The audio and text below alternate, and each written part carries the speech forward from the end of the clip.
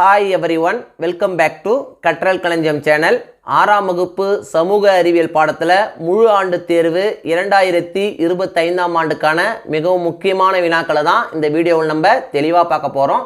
இந்த வீடியோவை ஸ்கிப் பண்ணாமல் பாருங்கள். அப்போதான் எல்லா இம்பார்ட்டன்ட் கொஸ்டின்ஸையும் உங்களால் தெரிஞ்சுக்க முடியும்.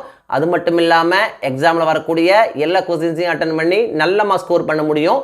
இது வரைக்கும் நம்ம சேனலை சப்ஸ்கிரைப் பண்ணாதவங்க சப்ஸ்கிரைப் பண்ணிக்கோங்க. அப்படியே பக்கத்தில் இருக்க பெல் ஐக்கான் சிம்பிளையும் ப்ரெஸ் பண்ணிக்கோங்க. அப்போதான் நான் அடுத்தடுத்து அப்லோட் பண்ணுற வீடியோஸ் உங்களுக்கு வந்து சேரும். சரி, வாங்க நம்ம வீடியோக்குள்ளே போகலாம். அலகு 1, பண்டைக்கால தமிழகத்தில் சமூகமும் பண்பாடும் சங்க காலம். இந்த பாடத்தில் என்னென்ன முக்கியமான வினாக்கள் அப்படின்னு பார்த்தீங்கன்னா, பக்கம் 107 எடுத்துங்க. இதில் பார்த்தீங்கன்னா ரோல் நம்பர் 6 ஓரிரு வாக்கியங்களில் விடையளிக்கும் கொடுத்துருக்காங்க. இதில் பார்த்தீங்கன்னா செகண்ட் கொஸ்டின், நடுகள் அல்லது வீரக்கல் என்றால் என்ன? ரொம்ப இம்பார்ட்டன்ட் கொஸ்டின், அடிக்கடி கேட்கக்கூடிய கொஸ்டின், நிச்சயமாக எக்ஸாமுக்கு வந்துடும். ஸோ இந்த கொஸ்டினை நீங்கள் அவசியம் படிச்சிங்க. நெக்ஸ்ட் பார்த்தீங்கன்னா தேர்டு கொஸ்டின், சங்க இலக்கியங்களில் குறிப்பிட்டுள்ள 5 திணைகளின் பெயர்களை குறிப்பிடுக. ரொம்ப இம்பார்ட்டன்ட் கொஸ்டின், அடிக்கடி கேட்கக்கூடிய கொஸ்டின். ஸோ இதையும் நீங்கள் அவசியம் படிச்சிங்க. நெக்ஸ்ட் பார்த்தீங்கன்னா 5th கொஸ்டின், கடையேழு வள்ளல்களின் பெயர்களை குறிப்பிடுக. ரொம்ப இம்பார்ட்டன்ட் கொஸ்டின்ங்க, அடிக்கடி கேட்கக்கூடிய கொஸ்டின், நிச்சயமாக எக்ஸாமுக்கு வந்துடும். இந்த லெசனை பொறுத்த வரைக்கும் இந்த 3 கொஸ்டின்லேருந்து நிச்சயமாக ஒரு கொஸ்டின் நம்ம எக்ஸாமுக்கு வந்துடும். ஸோ இந்த 3ஐயும் நீங்கள் அவசியம் படிச்சிங்க. நெக்ஸ்ட் பார்த்தீங்கன்னா ரோல் நம்பர் 7 கீழ் காண்பதற்கு விடையளிக்கும் கொடுத்துருக்காங்க.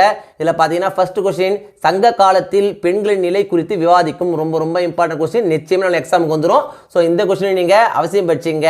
நெக்ஸ்ட் பார்த்தீங்கன்னா ரோல் நம்பர் 8 உயர் சிந்தனை வினாக்கள் கொடுத்துருக்காங்க. இதில் பார்த்தீங்கன்னா ஃபர்ஸ்ட் கொஸ்டின், கரிகால வளவன் மிக சிறந்த சோழ அரசனாக கருதப்படுகிறான், நிறுவுக. இதுவும் பார்த்தீங்கன்னா ஒரு சில கொஸ்டின் பேப்பரில் கேட்டிருக்காங்க. ஸோ இந்த கொஸ்டினை நீங்கள் அவசியம் படிச்சிங்க. அலகு 2 இந்தியா மௌரியருக்கு பின்னர். இந்த பாடத்தில் என்னென்ன முக்கியமான வினாக்கள் அப்படின்னு பார்த்தீங்கன்னா, பக்கம் 120 எடுத்துக்கங்க. இதில் பார்த்தீங்கன்னா ரோல் நம்பர் 7 ஓரிரு வாக்கியங்களில் பதிலளிக்கும் கொடுத்துருக்காங்க. இதில் என்னென்ன முக்கியமான வினாக்கள் அப்படின்னு பார்த்தீங்கன்னா, தேர்டு கொஸ்டின், கண்வ வம்சத்தின் அரசர்களின் பெயர்களை குறிப்பிடுக. ரொம்ப இம்பார்ட்டன்ட் கொஸ்டின், அடிக்கடி கேட்கக்கூடிய கொஸ்டின். ஸோ இதையும் நீங்கள் அவசியம் படிச்சிங்க. நெக்ஸ்ட் பார்த்தீங்கன்னா 4th கொஸ்டின், சாதவாகனர்களின் இலக்கிய சாதனைகளை எடுத்து கூறுக. நெக்ஸ்ட் பார்த்தீங்கன்னா 5th கொஸ்டின், சாதவாகனர்களின் நினைவு சின்னங்கள் அமைந்துள்ள இடங்கள் யாவை? ரொம்ப இம்பார்ட்டன்ட் கொஸ்டின், அடிக்கடி கேட்கக்கூடிய கொஸ்டின். ஸோ இதையும் நீங்கள் அவசியம் படிச்சிங்க. நெக்ஸ்ட் பார்த்தீங்கன்னா 6th கொஸ்டின், முதலாம் கன்ஃபூசியஸின் சாதனைகளை குறிப்பிடுக. ஒரு சில கொஸ்டின் பேப்பரில் கேட்டிருக்காங்க. ஸோ இதையும் நீங்கள் அவசியம் படிச்சிங்க. நெக்ஸ்ட் பார்த்தீங்கன்னா ரோல் நம்பர் 8 கீழ் காண்பவற்றிற்கு விடையளிக்கும் கொடுத்துருக்காங்க. இதில் பார்த்தீங்கன்னா ஃபர்ஸ்ட் கொஸ்டின், மௌரிய பேரரசின் வீழ்ச்சிக்கு பின்னர் இந்தியாவின் மீது படையெடுத்தவர் யார்? ரொம்ப இம்பார்ட்டன்ட் கொஸ்டின், நிச்சயமாக எக்ஸாமுக்கு வந்துடும். ஸோ இந்த கொஸ்டினை நீங்கள் அவசியம் படிச்சிங்க. நெக்ஸ்ட் பார்த்தீங்கன்னா செகண்ட் கொஸ்டின், புஷ்யமித்ர சுங்கரரின் வெற்றி பற்றி எழுதுக. ரொம்ப இம்பார்ட்டன்ட் கொஸ்டின் தாங்க. இதே சில கொஸ்டின் பேப்பரில் கேட்டிருக்காங்க. ஸோ இதையும் நீங்கள் அவசியம் படிச்சிங்க.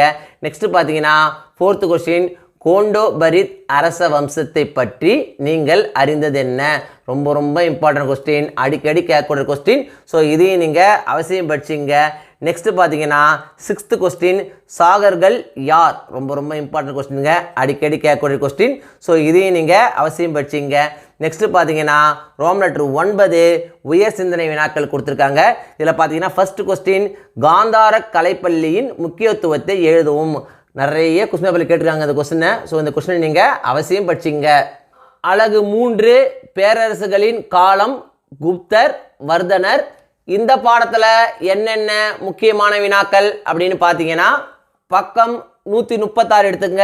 இதில் பார்த்தீங்கன்னா ரோல் நம்பர் 6 ஓரிரு வாக்கியங்களில் விடையளிக்கும் கொடுத்துருக்காங்க.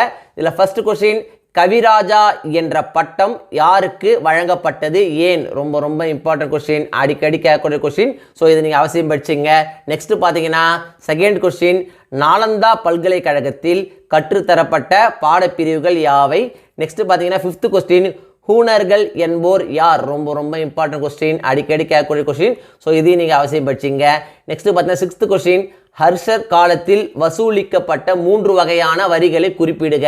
7th கொஸ்டின், ஹர்ஷர் எழுதிய நூல்களின் பெயர்களை குறிப்பிடுக. ரொம்ப ரொம்ப இம்பார்ட்டன்ட் கொஸ்டின், அடிக்கடி கேட்கக்கூடிய கொஸ்டின், நிச்சயமாக எக்ஸாமுக்கு வந்துடும். ஸோ இதை நீங்கள் அவசியம் படிச்சிங்க. நெக்ஸ்ட் பார்த்தீங்கன்னா ரோம் லெட்டர் 7 சுருக்கமான விடையளிக்கும் கொடுத்துருக்காங்க. இதில் ஃபர்ஸ்ட் கொஸ்டின், மெய்கீர்த்தி பற்றி சிறு குறிப்பு வரைக. நிச்சயமாக நம்முடைய எக்ஸாமுக்கு வந்துடுங்க. ஸோ இந்த கொஸ்டினை நீங்கள் அவசியம் படிச்சிங்க. நெக்ஸ்ட் பார்த்தீங்கன்னா தேர்ட் கொஸ்டின், குப்தர்கள் காலத்தில் நிலங்கள் எவ்வாறு வகைப்படுத்தப்பட்டன. 5th கொஸ்டின், கட்டடக்கலைக்கு குப்தர்கள் ஆற்றிய பங்களிப்பு பற்றி எழுதுக. ரொம்ப ரொம்ப இம்பார்ட்டன்ட் கொஸ்டின், அடிக்கடி கேட்கக்கூடிய கொஸ்டின். ஸோ இதையும் நீங்கள் அவசியம் படிச்சிங்க. நெக்ஸ்ட் பார்த்தீங்கன்னா 6th கொஸ்டின், காளிதாசர் இயற்றிய நூல்களின் பெயர்களை எழுதுக. இதுவும் பார்த்தீங்கன்னா ரொம்ப ரொம்ப இம்பார்ட்டன்ட் கொஸ்டின் தான், நிச்சயமாக எக்ஸாம் வந்துடும். ஸோ இதையும் நீங்கள் அவசியம் படிச்சிங்க. அழகு 4 தென்னிந்திய அரசுகள். இந்த பாடத்தில் என்னென்ன முக்கியமான வினாக்கள் அப்படின்னு பார்த்தீங்கன்னா பக்கம் 153 எடுத்துங்க. இதில் ரோம் லெட்டர் 6 ஓரிரு வாக்கியங்களில் விடையளிக்கும் கொடுத்துருக்காங்க. இதில் ஃபர்ஸ்ட் கொஸ்டின், கன்னட இலக்கியத்தின் 3 ரத்தினங்களின் பெயர்களை குறிப்பிடுக. ரொம்ப ரொம்ப இம்பார்ட்டன்ட் கொஸ்டின், அடிக்கடி கேட்கக்கூடிய கொஸ்டின். ஸோ இதையும் நீங்கள் அவசியம் படிச்சிங்க. நெக்ஸ்ட் பார்த்தீங்கன்னா தேர்ட் கொஸ்டின், கடிகை பற்றி நீங்கள் அறிந்தது என்ன. 4th கொஸ்டின், பஞ்ச பாண்டவர் ரதங்கள் ஒற்றை பாறைக்கல் ரதங்கள் ஆகும் விளக்குக. ரொம்ப ரொம்ப இம்பார்ட்டன்ட் கொஸ்டின், அடிக்கடி கேட்கக்கூடிய கொஸ்டின், நிச்சயமாக எக்ஸாமுக்கு வந்துடும். ஸோ இதை நீங்கள் அவசியம் படிச்சிங்க. நெக்ஸ்ட் பார்த்தீங்கன்னா 5th கொஸ்டின், தக்கோலம் போர் பற்றி குறிப்பு எழுதுக. ரொம்ப ரொம்ப இம்பார்ட்டன்ட் கொஸ்டின், அடிக்கடி கேட்கக்கூடிய கொஸ்டின், நிச்சயமாக எக்ஸாமுக்கு வந்துடும். ஸோ இந்த கொஸ்டினை நீங்கள் அவசியம் படிச்சிங்க. நெக்ஸ்ட் பார்த்தீங்கன்னா ரோம் லெட்டர் 7 கீழ்காண்பவற்றிற்கு விடையளிக்கும் கொடுத்துருக்காங்க. இதில் பார்த்தீங்கன்னா ஃபர்ஸ்ட் கொஸ்டின், கட்டடக்கலைக்கு பல்லவர்கள் ஆற்றிய பங்களிப்பை திறனாய்வு செய்க. ரொம்ப ரொம்ப இம்பார்ட்டன்ட் கொஸ்டின், அடிக்கடி கேட்கக்கூடிய கொஸ்டின், நிச்சயமாக எக்ஸாமுக்கு வர வாய்ப்புள்ள கொஸ்டின். ஸோ இதையும் நீங்கள் அவசியம் படிச்சிங்க. நெக்ஸ்ட் பார்த்தீங்கன்னா செகண்ட் கொஸ்டின், எலிஃபென்டா தீவு, எல்லோராவில் உள்ள கைலாசநாதர் கோவில் ஆகியவை பற்றி சிறு குறிப்பு வரைக. இந்த கொஸ்டின் பார்த்தீங்கன்னா ஒரு சில கொஸ்டின் பேப்பரில் கேட்டிருக்காங்க. ஸோ இதையும் நீங்கள் அவசியம் படிச்சிங்க. அழகு 1 ஆசியா மற்றும் ஐரோப்பா. இந்த பாடத்தில் என்னென்ன முக்கியமான வினாக்கள் அப்படின்னு பார்த்தீங்கன்னா பக்கம் 185 எடுத்துங்க. இதில் ரோம் லெட்டர் 5 சுருக்கமாக விடையளி கொடுத்துருக்காங்க. இதில் பார்த்தீங்கன்னா ஃபர்ஸ்ட் கொஸ்டின், ஆசியாவில் உள்ள முக்கிய மலையிடை பீடபூமிகளின் பெயர்களை குறிப்பிடுக. ரொம்ப ரொம்ப இம்பார்ட்டன்ட் கொஸ்டின், அடிக்கடி கேட்கக்கூடிய கொஸ்டின். ஸோ இதையும் நீங்கள் அவசியம் படிச்சிங்க. நெக்ஸ்ட் பார்த்தீங்கன்னா 4th கொஸ்டின், ஆசியாவில் காணப்படும் முக்கிய துறைமுகங்களின் பெயர்களை குறிப்பிடுக. 5th கொஸ்டின், வேறுபாடுகளின் நிலம் ஆசியா நிரூபி. ரொம்ப ரொம்ப இம்பார்ட்டன்ட் கொஸ்டின், அடிக்கடி கேட்கக்கூடிய கொஸ்டின். ஸோ இதை நீங்கள் அவசியம் படிச்சிங்க. நெக்ஸ்ட் பார்த்தீங்கன்னா 7th கொஸ்டின், ஐரோப்பாவின் முக்கிய ஆறுகள் யாவை. 9th கொஸ்டின், ஐரோப்பாவின் மக்கள் தொகையை பற்றி சிறு குறிப்பு தருக. ரொம்ப ரொம்ப இம்பார்ட்டன்ட் கொஸ்டின், அடிக்கடி கேட்கக்கூடிய கொஸ்டின். ஸோ இதை நீங்கள் அவசியம் படிச்சிங்க. நெக்ஸ்ட் பார்த்தீங்கன்னா 10th கொஸ்டின், ஐரோப்பாவில் கொண்டாடப்படும் விழாக்கள் சிலவற்றின் பெயர்களை குறிப்பிடுக. இதுவும் பார்த்தீங்கன்னா ஒரு சில கொஸ்டின் பேப்பரில் கேட்டிருக்காங்க. ஸோ இந்த கொஸ்டின் நீங்கள் அவசியம் படிச்சிங்க. நெக்ஸ்ட் பார்த்தீங்கன்னா ரோம் லெட்டர் 6 வேறுபடுத்துக கொடுத்துருக்காங்க. இதில் பார்த்தீங்கன்னா ஃபர்ஸ்ட் கொஸ்டின், மலையிடை பீடபூமி மற்றும் தெற்கு பீடபூமி. தேர்ட் கொஸ்டின், தூந்திரா மற்றும் டைகா. ரொம்ப ரொம்ப இம்பார்ட்டன்ட் கொஸ்டின், அடிக்கடி கேட்கக்கூடிய கொஸ்டின். நெக்ஸ்ட் பார்த்தீங்கன்னா 4th கொஸ்டின், வடமேற்கு உயர்நிலம் மற்றும் ஆல்பைன் மலைத்தொடர். ரொம்ப ரொம்ப இம்பார்ட்டன்ட் கொஸ்டின், அடிக்கடி கேட்கக்கூடிய கொஸ்டின். இந்த கொஸ்டின் நம்ம எக்ஸாம் நிச்சயமாக வந்துடும். ஸோ இதை நீங்கள் அவசியம் படிச்சிங்க. நெக்ஸ்ட் பார்த்தீங்கன்னா ரோம் லெட்டர் 7 காரணம் தருக கொடுத்துருக்காங்க. இதில் பார்த்தீங்கன்னா ஃபர்ஸ்ட் கொஸ்டின், ஆசியா அரிசி உற்பத்தியில் முன்னணியில் உள்ளது. ரொம்ப ரொம்ப இம்பார்ட்டன்ட் கொஸ்டின், நிச்சயமாக எக்ஸாம் வந்துருங்க. ஸோ இந்த கொஸ்டினை நீங்கள் அவசியம் படிச்சிங்க. நெக்ஸ்ட் பார்த்தீங்கன்னா தேர்ட் கொஸ்டின், ஐரோப்பா மிகப்பெரிய தீபகற்பம் என அழைக்கப்படுகின்றது. ரொம்ப ரொம்ப இம்பார்ட்டன்ட் கொஸ்டின், நிச்சயமாக எக்ஸாமுக்கு வந்துருங்க. இந்த கொஸ்டினை நீங்கள் அவசியம் படிச்சிங்க. நெக்ஸ்ட் பார்த்தீங்கன்னா ரோம் லெட்டர் 8 ஒரு பத்தியில் விடையளி கொடுத்துருக்காங்க. இதில் ஃபர்ஸ்ட் கொஸ்டின், ஆசியாவின் வடிகால் அமைப்பை பற்றி விவரி. ரொம்ப ரொம்ப இம்பார்ட்டன்ட் கொஸ்டின், அடிக்கடி கேட்கக்கூடிய கொஸ்டின். ஸோ இது நீங்கள் அவசியம் படிச்சிங்க. நெக்ஸ்ட் பார்த்தீங்கன்னா 4th கொஸ்டின், ஐரோப்பாவின் காலநிலை பிரிவுகளை பற்றி விவரி. ரொம்ப ரொம்ப இம்பார்ட்டன்ட் கொஸ்டின், அடிக்கடி கேட்கக்கூடிய கொஸ்டின், நிச்சயமாக எக்ஸாம் வந்துடும். ஸோ இந்த கொஸ்டினை நீங்கள் அவசியம் படிச்சிங்க. அழகு 2 புவி மாதிரி. இந்த பாடத்தில் என்னென்ன முக்கியமான வினாக்கள் அப்படின்னு பார்த்தீங்கன்னா பக்கம் 204 எடுத்துங்க. இதில் பார்த்தீங்கன்னா ரோம் லெட்டர் 8 சுருக்கமாக விடையளி கொடுத்துருக்காங்க. இதில் பார்த்தீங்கன்னா ஃபர்ஸ்ட் கொஸ்டின், ஜியாய்டு என்பது என்ன. ரொம்ப ரொம்ப இம்பார்ட்டன்ட் கொஸ்டின், அடிக்கடி கேட்கக்கூடிய கொஸ்டின். ஸோ இதை நீங்கள் அவசியம் படிச்சிங்க. நெக்ஸ்ட் பார்த்தீங்கன்னா செகண்ட் கொஸ்டின், தலைநேரம் என்பது என்ன. 4th கொஸ்டின், அச்சக்கோடுகள் தீர்க்கக்கோடுகள் என்பன யாவை? ரொம்ப ரொம்ப இம்பார்ட்டன்ட் கொஸ்டின், அடிக்கடி கேட்கக்கூடிய கொஸ்டின். ஸோ அதை நீங்கள் அவசியம் படிச்சிங்க. நெக்ஸ்ட் பார்த்தீங்கன்னா 5th கொஸ்டின், புவியில் காணப்படும் 4 அரைக்கோளங்களின் பெயர்களை கூறுக. ரொம்ப ரொம்ப இம்பார்ட்டன்ட் கொஸ்டின்ங்க, அடிக்கடி கேட்குறாங்க. ஸோ இதை நீங்கள் அவசியம் படிச்சிங்க. நெக்ஸ்ட் பார்த்தீங்கன்னா ரோமன் லெட்டர் 9 காரணம் கூறு கொடுத்துருக்காங்க. இதில் பார்த்தீங்கன்னா ஃபர்ஸ்ட் கொஸ்டின், 0 டிகிரி தீர்க்கக்கோடு கிரீன்விச் தீர்க்கக்கோடு என்று அழைக்கப்படுகிறது. ரொம்ப ரொம்ப இம்பார்ட்டன்ட் கொஸ்டின், அடிக்கடி கேட்கக்கூடிய கொஸ்டின். ஸோ அதை நீங்கள் அவசியம் படிச்சிங்க. நெக்ஸ்ட் பார்த்தீங்கன்னா 3rd கொஸ்டின், பன்னாட்டு தேதிக்கோடு வளைந்து செல்கிறது. ரொம்ப ரொம்ப இம்பார்ட்டன்ட் கொஸ்டின், அடிக்கடி கேட்கக்கூடிய கொஸ்டின். இந்த first question and 3rd question ரொம்ப ரொம்ப இம்பார்ட்டன்ட். இதுலேருந்து நிச்சயமாக ஒரு கொஸ்டின் நம்ம எக்ஸாமுக்கு வந்துடும். ஸோ இதை நீங்கள் அவசியம் படிச்சிங்க.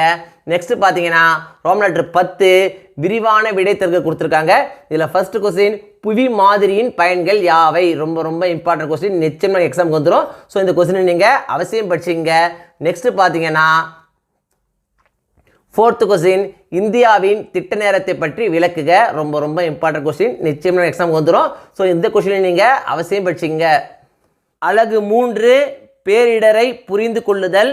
இந்த பாடத்தில் என்னென்ன முக்கியமான வினாக்கள் அப்படின்னு பார்த்தீங்கன்னா பக்கம் 213 எடுத்துங்க. இதில் பார்த்தீங்கன்னா ரோமன் லெட்டர் 1 சுருக்கமாக விடையெளி கொடுத்துருக்காங்க. இதில் ஃபர்ஸ்ட் கொஸ்டின், பேரிடர் விளக்குக. செகண்ட் கொஸ்டின், பேரிடரின் வகைகள் யாவை? எடுத்துக்காட்டு தருக. 4th கொஸ்டின், சென்னை, கடலூர் மற்றும் காவிரி வடிநில பகுதி அடிக்கடி வெள்ளத்தால் பாதிக்கப்படுகின்றன, காரணம் கூறு. ரொம்ப ரொம்ப இம்பார்ட்டன்ட் கொஸ்டின், நிச்சயமாக எக்ஸாமுக்கு வந்துடும். ஸோ இந்த கொஸ்டினை நீங்கள் அவசியம் படிச்சிங்க. நெக்ஸ்ட் பார்த்தீங்கன்னா 5th கொஸ்டின், நிலச்சரிவு பனிச்சரிவு வேறுபடுத்துக. இதுவும் பார்த்தீங்கன்னா ரொம்ப ரொம்ப இம்பார்ட்டன்ட் கொஸ்டின் தான். இந்த லெசனே ரொம்ப ரொம்ப இம்பார்ட்டன்ட் லெசன் தான். எல்லா கொஸ்டினும் திரும்ப திரும்ப கேட்டே இருக்காங்க. ஸோ இந்த நீங்கள் எல்லா கொஸ்டினும் நீங்கள் அவசியம் படிச்சிங்க. நெக்ஸ்ட் பார்த்தீங்கன்னா ரோமன் லெட்டர் 2 ஒரு பத்தில் விடையெளி கொடுத்துருக்காங்க.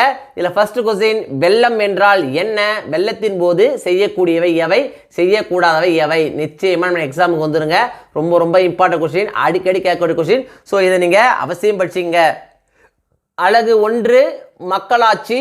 இந்த பாடத்தில் என்னென்ன முக்கியமான வினாக்கள் அப்படின்னு பார்த்தீங்கன்னா பக்கம் 222 எடுத்துங்க. இதில் பார்த்தீங்கன்னா ரோமன் லெட்டர் 3 விடையளிக்கும் கொடுத்துருக்காங்க. இதில் ஃபர்ஸ்ட் கொஸ்டின், மக்களாட்சி என்றால் என்ன? ரொம்ப ரொம்ப இம்பார்ட்டன்ட் கொஸ்டின், அடிக்கடி கேட்கக்கூடிய கொஸ்டின். ஸோ இதை நீங்கள் அவசியம் படிச்சிங்க. நெக்ஸ்ட் பார்த்தீங்கன்னா செகண்ட் கொஸ்டின், மக்களாட்சியின் வகைகள் யாவை?